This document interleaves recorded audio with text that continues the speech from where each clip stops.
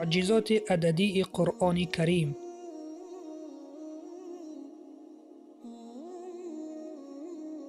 به نام عزت پاک با عرض سلام و ادب و احترام.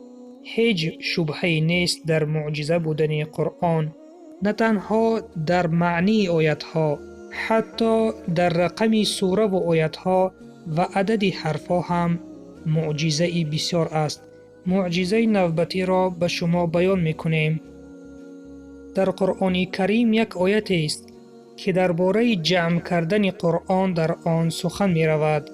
خداوند میگوید: إن علينا جمعه وقرآنه، یعنی به درستی که جمع کردن قرآن و خواندن آن بر عهده ماست. از مضمون آیت به ما معلوم می شود که الله سبحانه و تعالی جمع کردن قرآن و نگاه داشتن آن را تا روز قیامت به عهده خود گرفته است و ما می دانیم که در قرآن همگی 114 سوره است. آیا این رقم به این آیت ربطی دارد؟ بله، ربط دارد. اگر ما رقم سوره را با رقم آیت و عدد کلمه و عدد حرف ها را جمع کنیم، این به 114 برابر می شود. بیایید با هم این رقم ها را جمع می نماییم.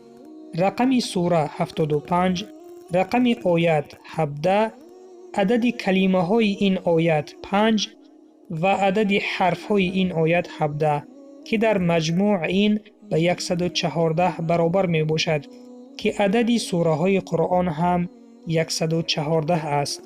سبحان الله. ببینید برادران و خواهران عزیزم، معنی آیت که درباره جمع آوردن قرآن است به عدد سوره ها مطابق شد. این یکی از معجزه ها می باشد. موضوع ها را به یار و دوستانتان بفرستید. منتظر برنامه های آینده باشید و دعا را در حق ما فراموش نکنید. و سلام بر آن شخصانی که راه هدایت را پیش گرفتند.